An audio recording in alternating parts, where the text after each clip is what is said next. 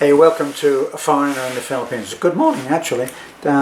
Unusual for me to be making a video like this in the morning, but we're all being subject to publicity being surrounding the flight attendant who was raped and murdered. Now, what usually happens is, and you get public opinion will kind of go in two ways, and they'll do a percentage thing where you get 80% of people think that it's the fault of the rapist, but only 20% actually think it was the fault of the woman who was raped, and they use inflammatory language like blame. Who's to blame? Who? And those words only inflamed the situation.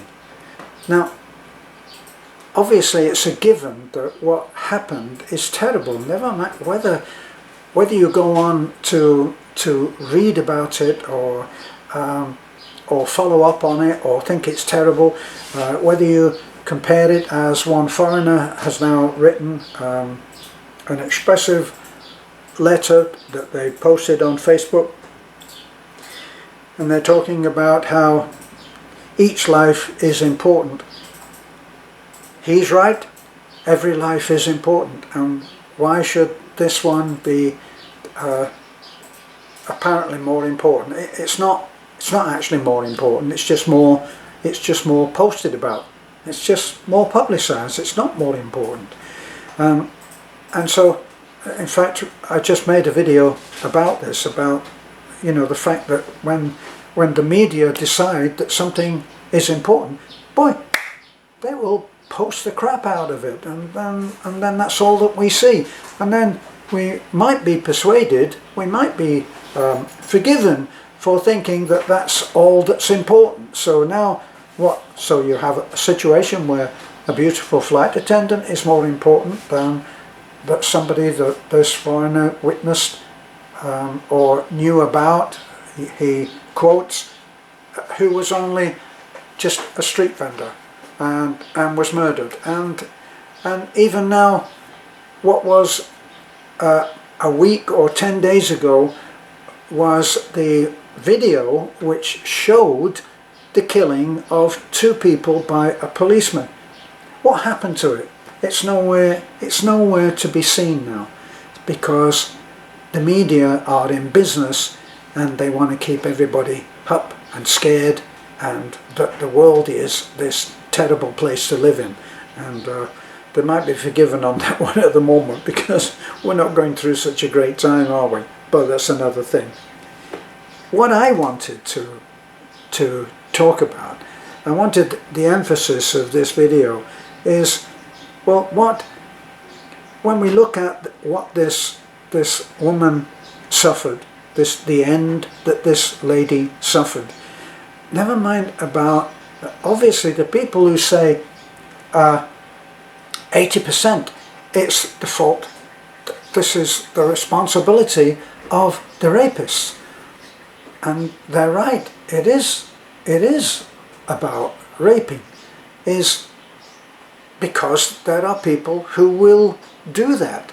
And so it's important that those people are stopped, that is not something that is accepted in our society. Now, but we are also to blame in many ways for this. I did a video, it must be 2 years ago now, where I said rape is not entertainment. And I'm not talking about the people who are raping, whether they are doing what they're doing for entertainment. I'm talking about the aftermath of it, that the idea that someone can brutalize a fellow human into doing something that is like an invasion of their body. It's a terrible, terrible thing. Right. And yet it can be put as entertainment. Now, there was one where I think it was Provinciano, which has been running prior to the pandemic, had been running already for 2 or 3 years. And in that, the rebels capture 2 women, and one of them is selected by one of the characters in the thing and is subject to continuous rape until, in fact, as would be inevitable almost, that she conceives a child, not by her agreement, but by the fact that she is overpowered in a situation where she is held captive. So that's being put there, and great emphasis on that, how it happens, and coming into the room, and there she is on the bed, and people are viewing that program for entertainment. And my point was that even if it's the idea of the writer and the director to give emphasis on how bad the person is, so that when the rapist is finally has to pay the bill and is killed, then the audience will be glad that that's happened, and it will give closure to what they've been watching or have watched. But my thing is, it's not entertainment. Why should we be watching that?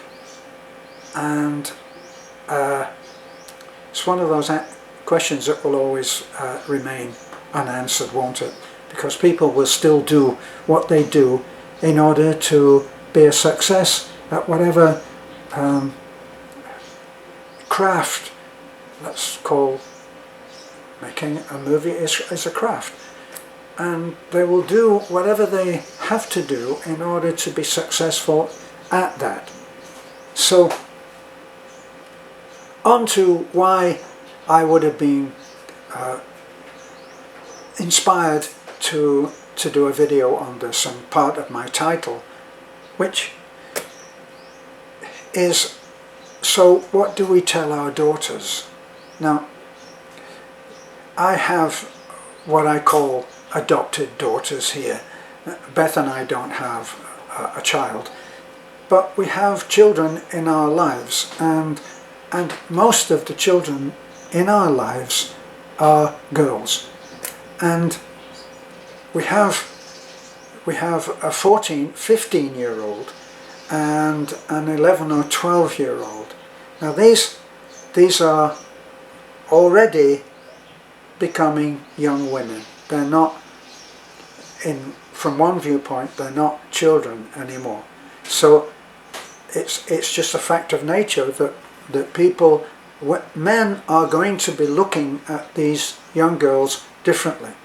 Right, wrong, or indifferent. That's going to be happening. This is a fact of life. Now, I think that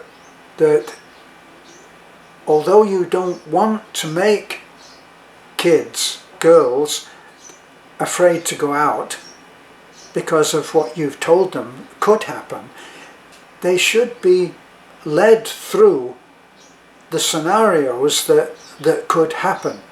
And 2 years ago, I was watching our 2, and they were around males who were taking a break from doing what they were doing, and they were having a drink. Now, I've lived most of my professional life as a musician. I've lived in an atmosphere of social entertainment, of where it's completely, it's not unusual to see people get drunk and out of control. And I've often said I've been on stage and I've watched ordinary people behaving in a totally socially acceptable way, and as the evening progresses and they have more and more to drink, they become less and less well behaved. And some people get crazy. I mean, everybody knows that idea of, yeah, well, when he's had a few drinks, people often describe themselves this way. They'll say, yeah, well, yeah, I'm a drunk that I just get sleepy and just end up going to sleep. And then there are others who become obnoxious. I've been around visiting friends who did drink, and the wife has made a comment about the husband, saying, uh-oh, the alcohol's kicked in, when she's observed that her husband has started to behave in a less kind way, shall we put, than he is usually. So alcohol changes behaviour.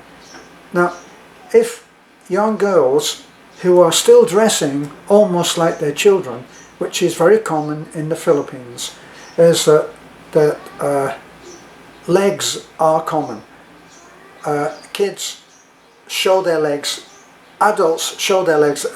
Short are common, they're in style, and so everybody is looking at that. Now, if children don't realize, if they're not told of the difference between how, making them observe and be aware of how differently men are now looking at them, they're going to put themselves into situations of danger. Now, my point, whether this is politically correct or not, I really don't care. But the fact is that you get the animal instinct in men will come to the surface the more that they are gathered together and have drugs on the scene and alcohol. And sorry, but we have to admit that this is what happens. This is what happens. Now, whose fault is it? What the hell difference does it make whose fault it is when you're trying to protect your child from putting themselves into that situation? Let me explain it in a way which takes it out of the sex thing. When I came over to America, I after the required time, I was able to have citizenship, and I became an American citizen, which I'm quite proud of. Now, my son, because he came over, I came over as a single parent with a 6-year-old boy. Now, as time went by, we struggled with getting him his official acceptance. It was in the process. At one point, all of the applications that we had paid for and had filled out and sent in was thrown away in one particular immigration mess up that they took, because they were so backlogged. At one point they took 30 or 40,000 applications and just dumped them because they didn't want to appear backlogged, because they were being, I don't know, audited in some way. So that was, my son's stuff went in with that. So it went month after month after month.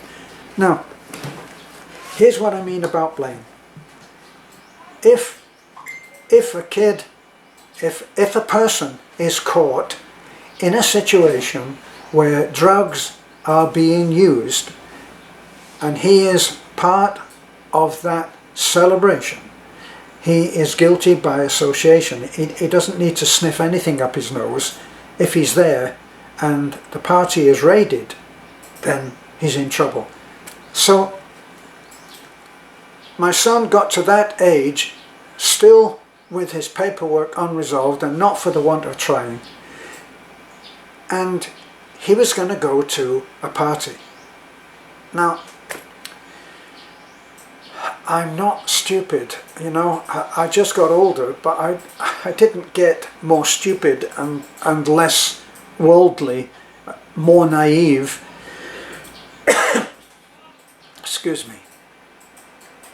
Now I got to get over to my kid to make him, this is my mission, my agenda is to point out to my kid what his options are.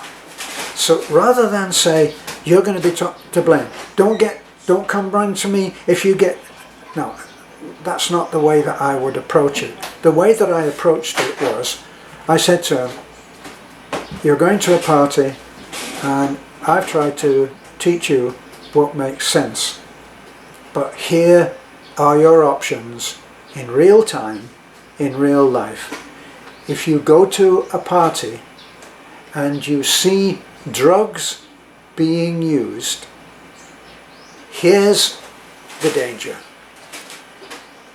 If somebody doesn't like the amount of noise that is going on at the party, a neighbour, and makes a complaint to the police, and the police arrive at the door, policemen being experienced in sniffing out drugs. I mean, marijuana has a very distinctive smell. So I never ever got into drugs. I thought that it was a danger to the music that I was trying to create as a trombone player, and I never got into it, which I'm very happy for right now. So I have no drug history. Plus, I don't even take prescription drugs. I just don't do it. Now I'm teaching him how to be responsible. That's the word, responsible.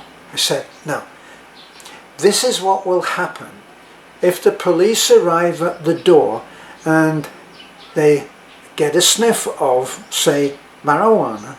If they come in and they're allowed to, or not, if they gain entry and drugs are being used, they may take everybody in.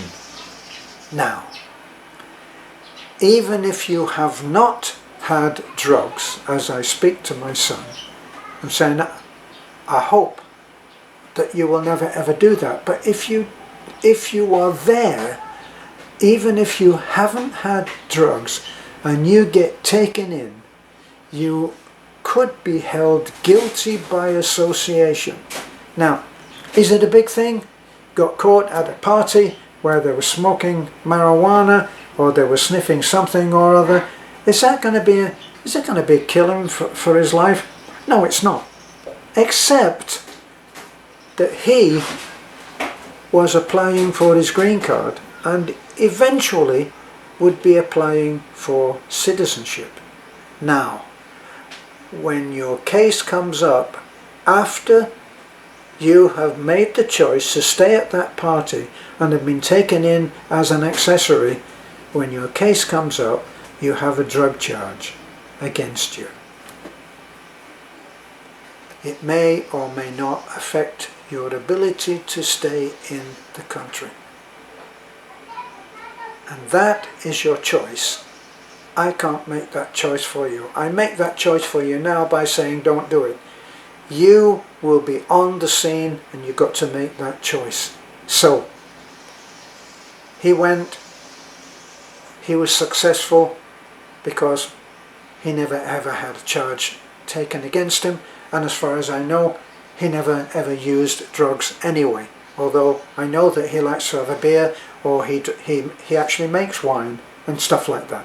But anyway, that's all socially acceptable and not against the law. So how are we going to teach our daughters in the same way? And that's the way that I approached it with Taliklik and with Bibi.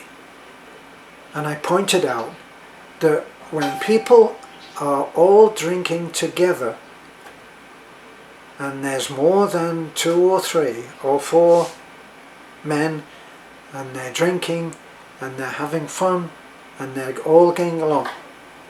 Now, what's going to happen is what some have called the herd mentality. I mean, we hear that in relation to immunity, don't we, with with various viruses. There's a herd immunity. If everybody gets it, then the level of infection will probably drop, because people will become like immune by association.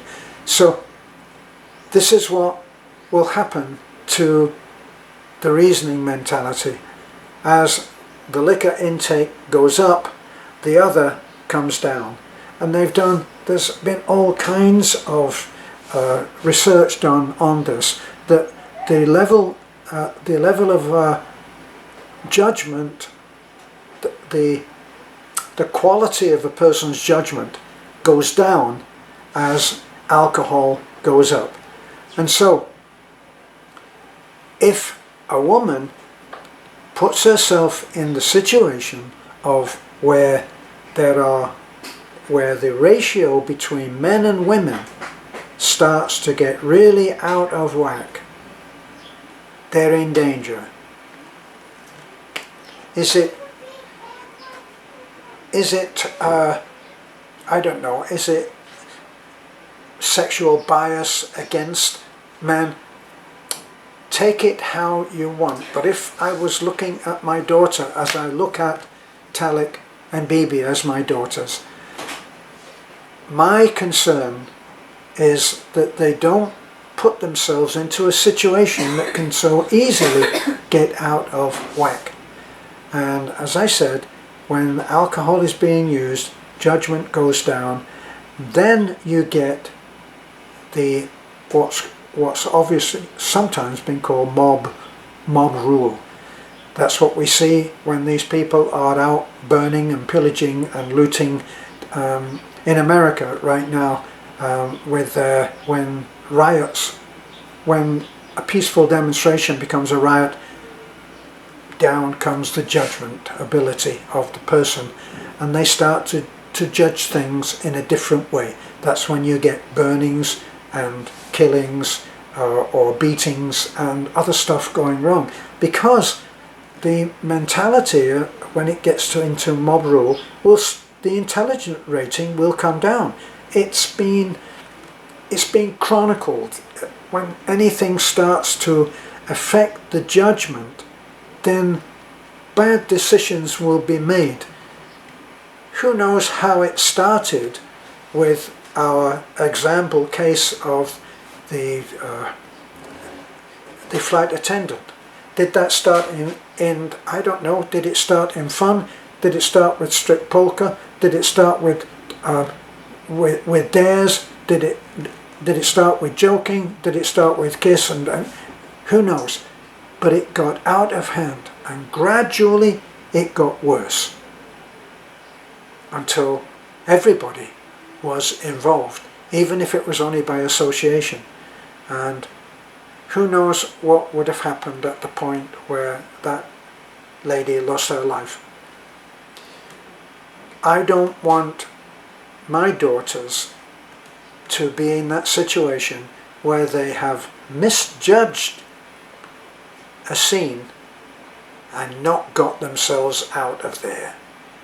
So, like I said to my son, if you stay at the party when you see it getting out of hand, you will be judged the same as everybody else.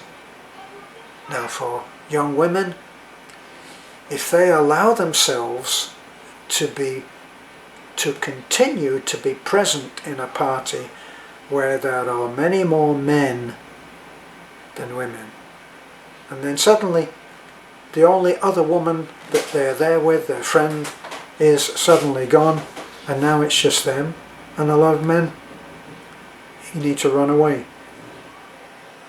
That's what I told my girls. Run away. I hope this helps. It's a highly charged situation. It's a highly charged subject, and people who are against having this kind of talk with their daughters are missing the opportunity to give valuable input on survival to the kids that they love most.